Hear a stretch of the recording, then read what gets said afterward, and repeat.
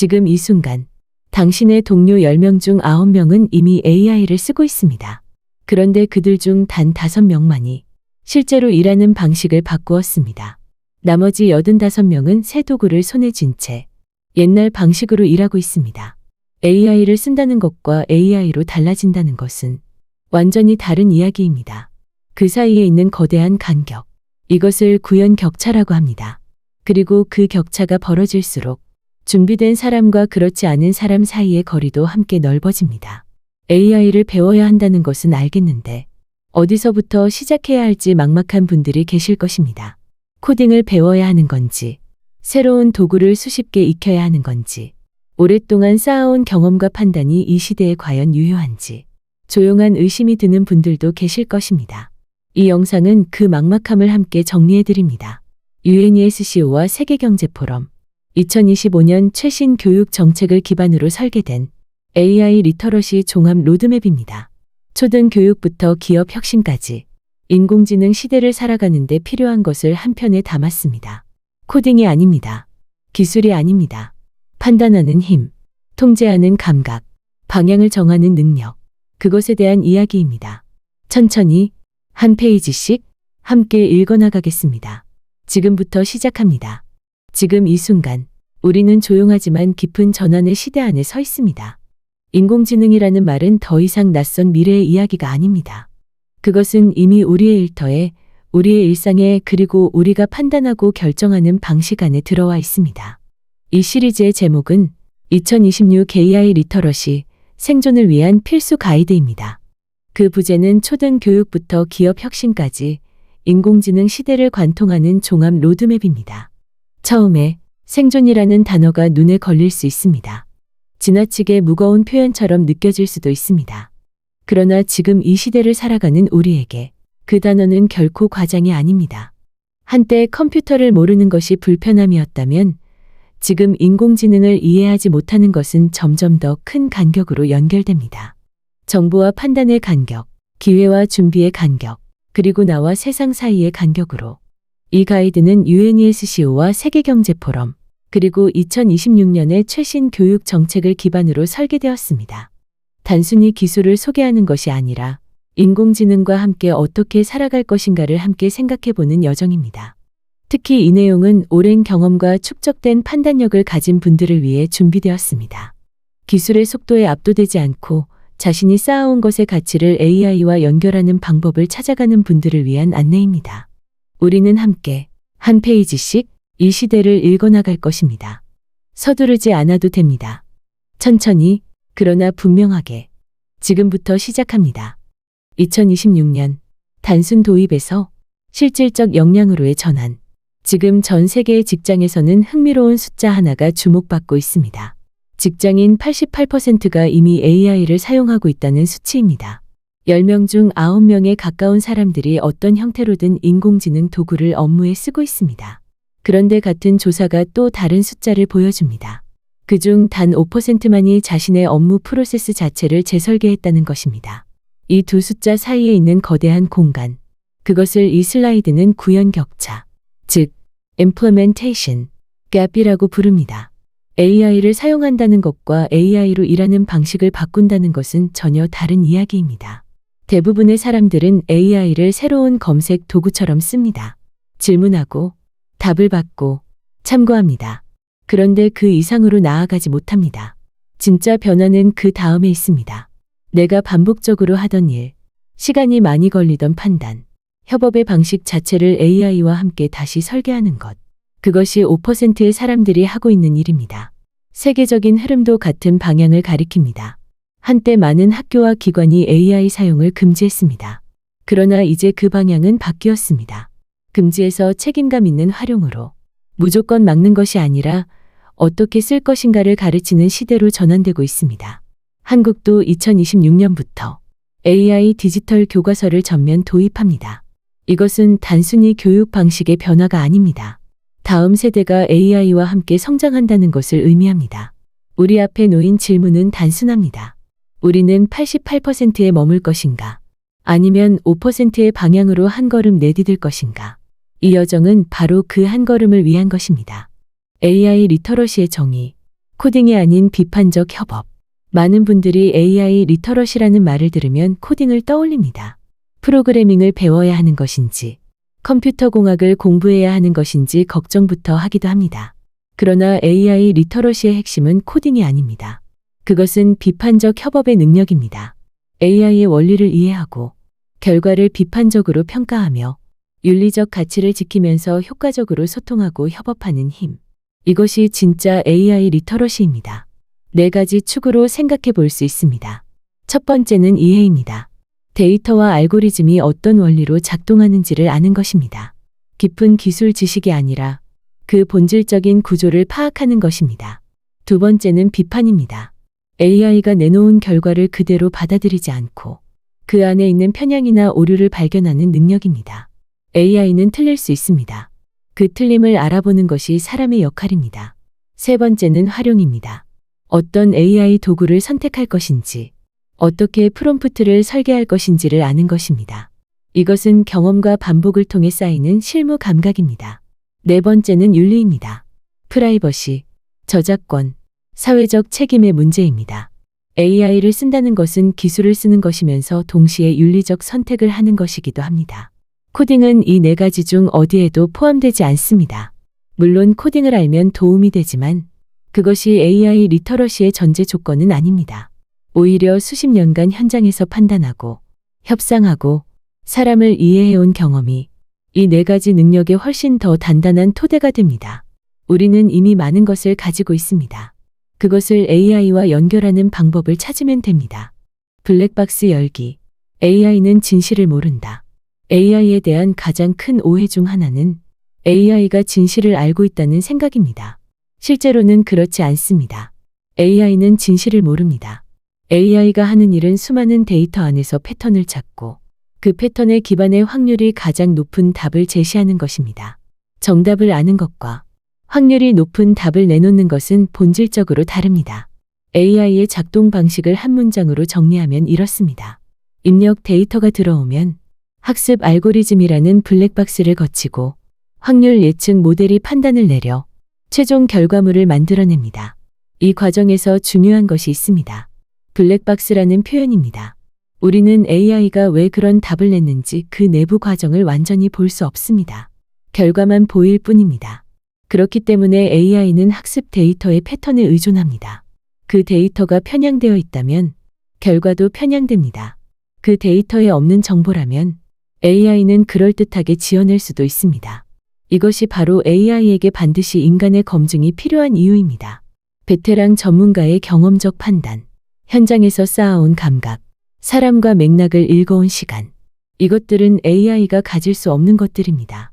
AI의 답을 받아들이기 전에 이것이 정말 맞는가를 물어볼 수 있는 사람.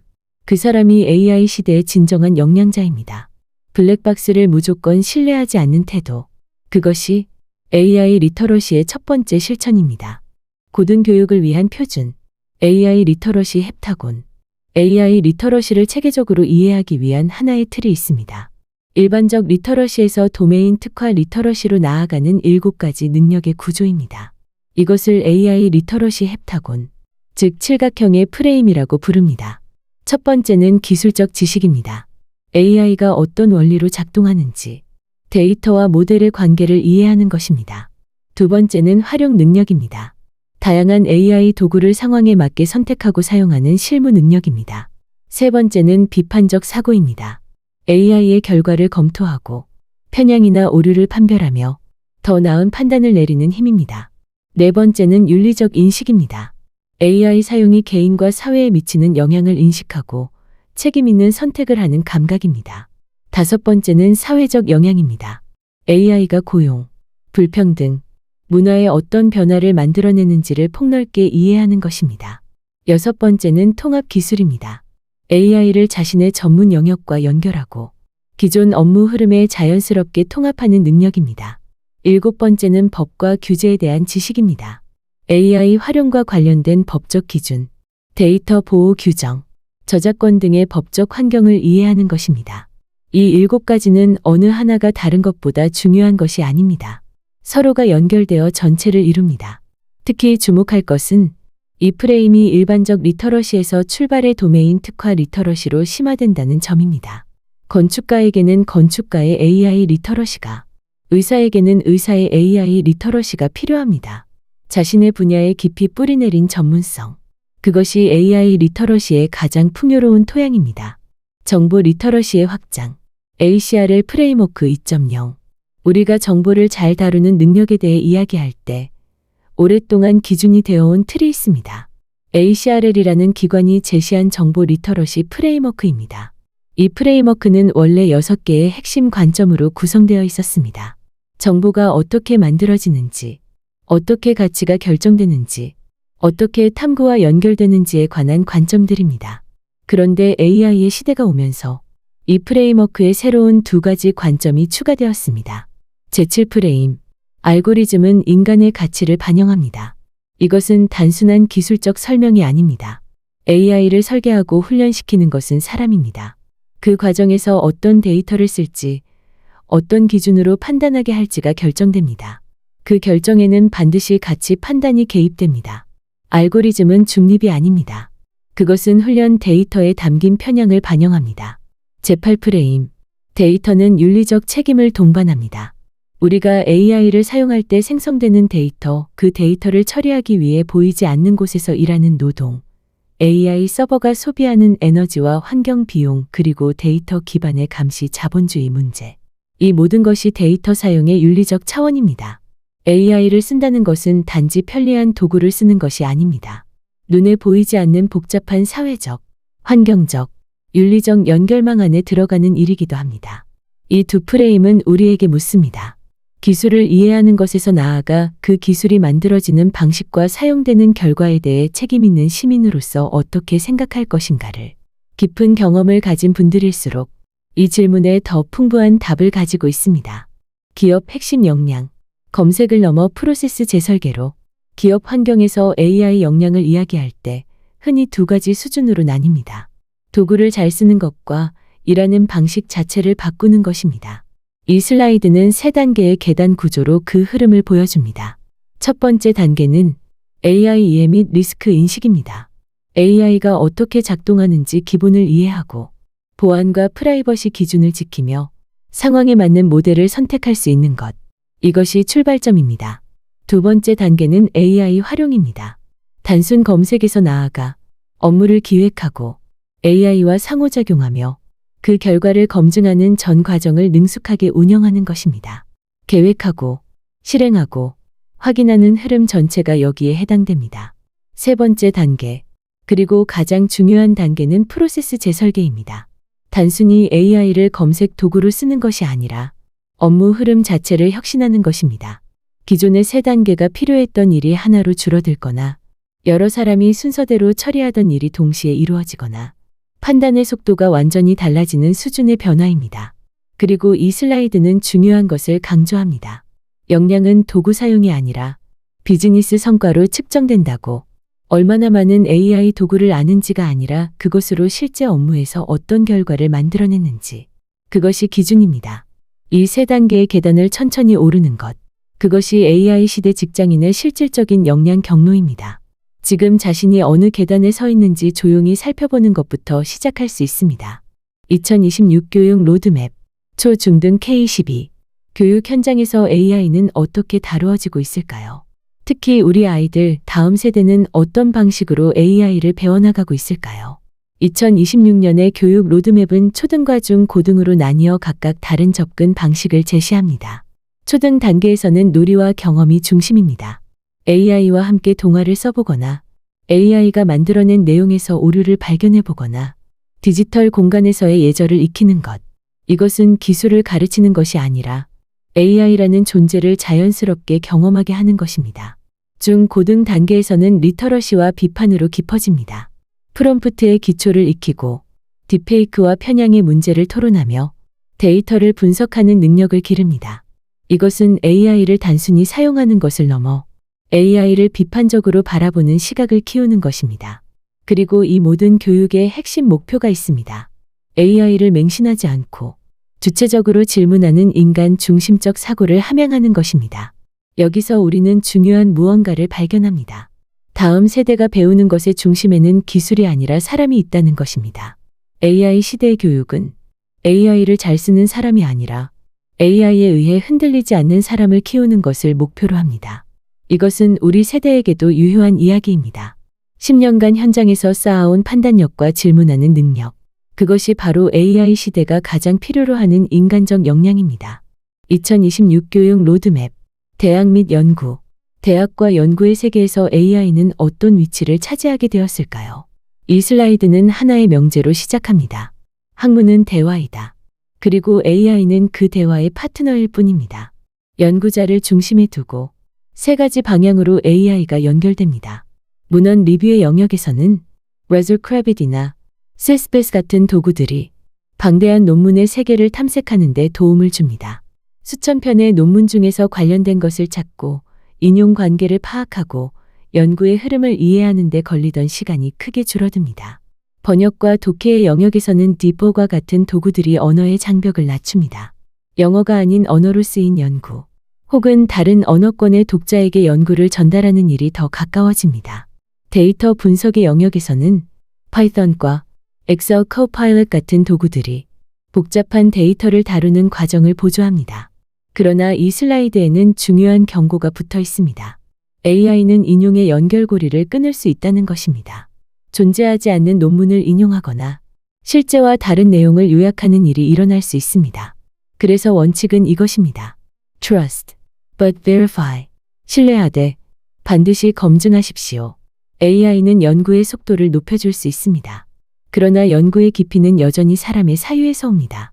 오랜 시간 한 분야를 파고든 전문가의 직관과 통찰. 그것은 AI가 대신할 수 없는 것입니다. 2026 로드맵. 직장인 및 전문가. 일상의 업무 현장에서 AI는 가장 직접적으로 우리와 만납니다. 이 슬라이드는 반복 업무라는 개념에서 출발합니다.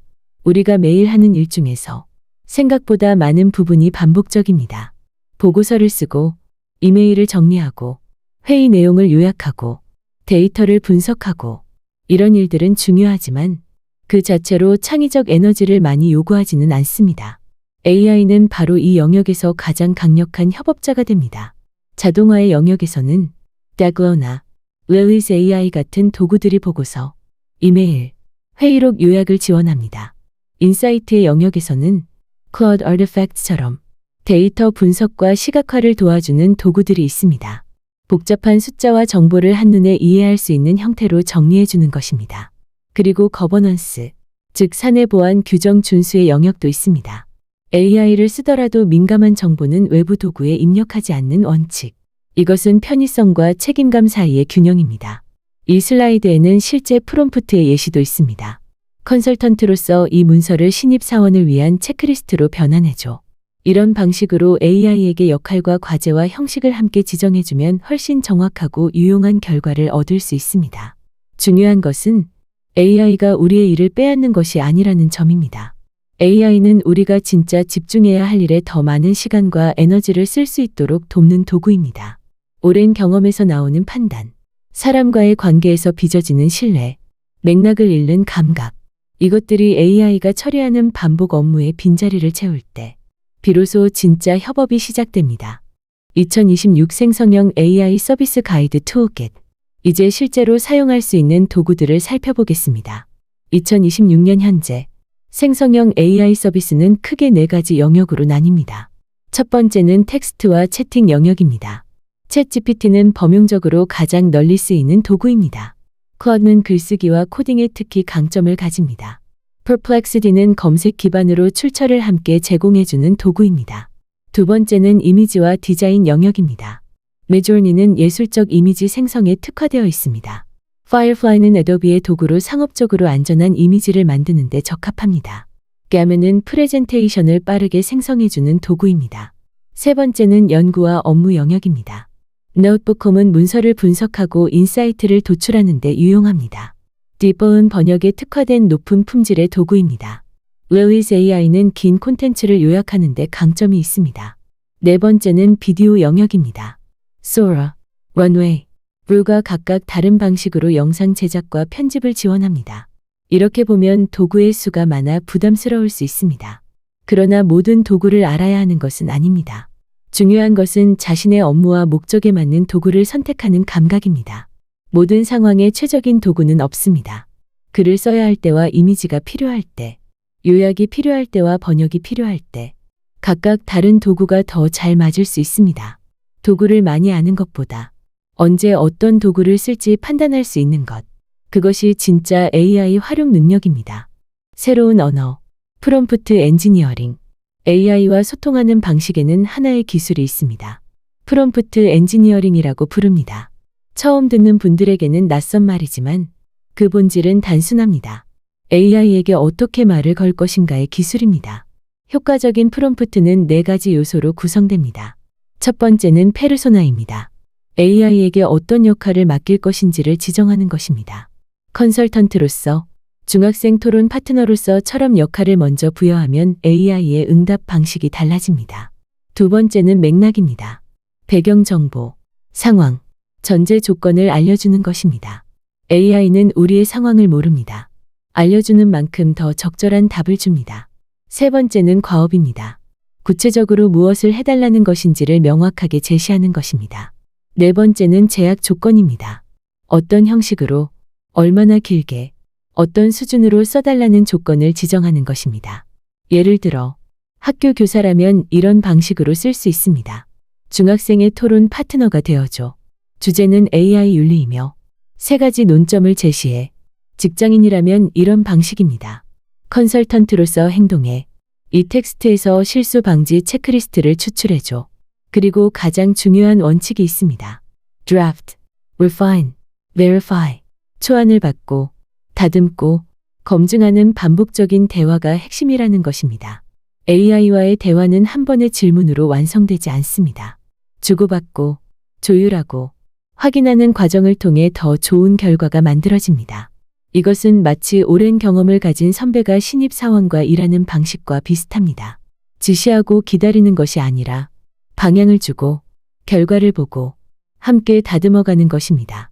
AI의 그림자, 윤리와 안전, AI의 가능성을 이야기할 때 우리는 그 이면도 함께 바라봐야 합니다. 빛이 있는 곳에는 반드시 그림자가 있습니다. 첫 번째 그림자는 할루시네이션입니다. AI가 거짓 정보를 사실처럼 말하는 현상입니다. 존재하지 않는 논문을 인용하거나 일어나지 않은 사건을 묘사하거나 잘못된 통계를 자신 있게 제시합니다. AI의 답이 그럴듯하게 들린다고 해서 사실이라는 보장은 없습니다. 반드시 팩트 체크가 필요합니다. 두 번째 그림자는 편향입니다. AI는 학습 데이터에 담긴 사회적 불평등을 그대로 반영하고 때로는 증폭시킵니다. 특정 집단에 대한 편견, 특정 관점의 과대 대표, 다양성의 부재. 이것들은 AI가 만들어내는 결과물 안에 보이지 않게 숨어 있습니다. 세 번째 그림자는 그림자 노동과 환경 비용입니다. AI를 훈련시키기 위해 저임금으로 일하는 데이터 라벨링 노동자들의 이야기, 그리고 AI 서버가 소비하는 막대한 전력과 탄소 발자국, 우리가 AI를 편리하게 쓰는 이면에 있는 비용들입니다. 네 번째 그림자는 저작권 문제입니다. AI가 생성한 결과물의 소유권은 누구에게 있는지, AI 훈련 과정에서 사용된 타인의 창작물에 대한 권리는 어떻게 보호되는지, 이것은 아직 명확하게 정리되지 않은 영역입니다. 이 슬라이드는 한 문장으로 마무리됩니다. 윤리는 정책이 아니라 해를 끼치지 않는 do no harm이라는 매일의 실천입니다. AI를 사용하는 것이 일상이 된 시대에 그 사용이 어떤 결과를 만들어내는지 의식하는 것. 그것이 책임 있는 AI 활용의 출발입니다. 기술의 진보와 윤리적 성찰은 함께 가야 합니다. 미래 조직의 조건, AI First 문화. 조직의 미래를 이야기할 때 이제는 AI를 어떻게 문화로 만들 것인가를 다루어야 합니다. 이 슬라이드는 피라미드 구조로 미래 조직의 조건을 설명합니다. 가장 아래층에는 AI 인프라가 있습니다. 도구와 데이터의 기반입니다. 어떤 AI 도구를 갖추고 어떤 데이터를 관리하느냐가 2층을 구성합니다. 중간층에는 워크플로우 재설계가 있습니다. 단순히 도구를 도입하는 것이 아니라 일하는 프로세스 자체를 다시 설계하는 것입니다. 그리고 피라미드의 꼭대기에는 인간의 역량이 있습니다. 창의성과 윤리의 영역입니다. 이 구조는 말해줍니다. AI가 아무리 발전해도 조직의 성패는 결국 그 위에 있는 사람의 역량에 달려있다고. 조직이 AI first 문화를 만들어가는 전략은 3단계로 제시됩니다. 첫 번째는 진단입니다. 조직 구성원들의 AI 리터러시 수준을 측정하는 것입니다. 두 번째는 교육입니다. 직무별로 맞춤화된 AI 활용 교육을 통해 실제 문제를 해결하는 능력을 키우는 것입니다. 세 번째는 재설계입니다. 일하는 방식 자체를 혁신하는 것입니다. 그리고 이 모든 것의 핵심 인사이트가 하나 있습니다. 성공은 AI 위에 있는 사람의 역량에 달려 있습니다. 기술은 조건이고 사람은 주체입니다. AI를 가장 잘 활용하는 조직은 AI를 가장 잘 이해하는 조직이 아닙니다. AI와 함께 일하는 사람들의 판단력과 창의성과 윤리의식이 가장 풍부한 조직입니다. 오랜 경험과 축적된 지혜를 가진 사람들이 AI 시대에도 여전히 가장 중요한 자산인 이유가 바로 여기에 있습니다. 우리는 이제 이 여정의 마지막 페이지에 왔습니다. 지금까지 우리는 많은 것을 함께 살펴보았습니다. AI가 무엇인지, 어떻게 작동하는지, 어디에서 쓰이는지, 무엇을 조심해야 하는지, 그리고 어떤 도구들이 있는지, 그 모든 이야기의 끝에서 이 마지막 슬라이드는 하나의 선언으로 마무리됩니다. 첫 번째 선언은 이해하다, 입니다. AI의 메커니즘과 확률적 본질을 파악하는 것입니다. AI가 정답을 아는 것이 아니라 확률이 높은 답을 제시한다는 것. 그 블랙박스의 한계를 이해하는 것. 이것이 첫 번째 태도입니다. 두 번째 선언은 적용하다, 입니다. 비판적 시각으로 도구를 선택하고 프롬프트를 설계하는 것입니다. 무조건 받아들이는 것이 아니라 걸러내고 조율하고 검증하는 실천입니다. 세 번째 선언은 행동하다, 입니다. 윤리적 책임을 지고 AI와의 협업을 주도하는 것입니다. 도구에 이끌려가는 것이 아니라 방향을 정하고 그 방향으로 AI를 이끄는 것입니다. 그리고 이 선언은 한 문장으로 완성됩니다. AI는 도구이고 방향은 당신이 정합니다. AI와 함께, 그러나 AI보다 현명하게. 이 문장은 우리에게 위안이면서 동시에 책임입니다. AI가 아무리 빠르게 발전해도 무엇을 위해 그것을 쓸 것인가를 결정하는 것은 사람입니다. 어떤 가치를 지키며 살 것인가를 선택하는 것은 사람입니다. 오랜 시간 세상을 경험하며 쌓아온 판단력. 그것이 AI 시대에도 가장 빛나는 역량입니다. 이 가이드가 하나의 지도가 되기를 바랍니다. 완벽한 지도가 아니라 방향을 잡는 데 도움이 되는 지도. 그것으로 충분합니다. AI와 함께, 그러나 AI보다 현명하게. 우리의 여정은 계속됩니다. 우리는 오늘 15장의 페이지를 함께 걸어왔습니다. AI가 무엇인지, 어떻게 작동하는지, 어디서 쓰이는지, 무엇을 경계해야 하는지, 그리고 이 시대의 사람의 역할이 무엇인지를 마지막 페이지에서 우리는 하나의 선언과 마주했습니다. AI는 도구이고 방향은 당신이 정합니다. AI와 함께, 그러나 AI보다 현명하게. AI를 사용하는 것이 중요한 게 아닙니다. AI를 어떤 방향으로 이끌 것인지를 결정하는 것. 그것이 진짜 역량입니다. 수십 년간 현장에서 쌓아온 판단력, 사람을 잃는 감각, 방향을 잃지 않는 균형감. 이것들은 AI가 대신할 수 없는 것들입니다. 그리고 그것들이 바로 AI 시대의 가장 빛나는 자산입니다. 구독, 좋아요, 알림 멘트. 이 영상이 오늘 하루 작은 방향을 잡는 데 도움이 되었다면 좋아요 한 번을 눌러주십시오. 그 작은 손짓이 이 채널을 지속하는 가장 큰 힘이 됩니다. 아직 구독하지 않으신 분이 계시다면 지금 구독 버튼을 눌러주십시오. 알림 설정까지 해두시면 다음 영상이 올라올 때 가장 먼저 만나볼 수 있습니다. 다음 영상에서는 이 로드맵을 실제 업무에 적용하는 방법을 더 구체적으로 다룰 예정입니다. 프롬프트 엔지니어링의 실전 기술, 그리고 나의 분야에 맞는 AI 도구를 어떻게 선택할 것인지, 이론에서 실천으로 한 걸음 더 나아가는 시간이 될 것입니다. 이 채널은 AI와 함께, 그러나 AI보다 현명하게 살아가려는 분들을 위해 계속됩니다. 오늘도 끝까지 함께 해주셔서 감사합니다.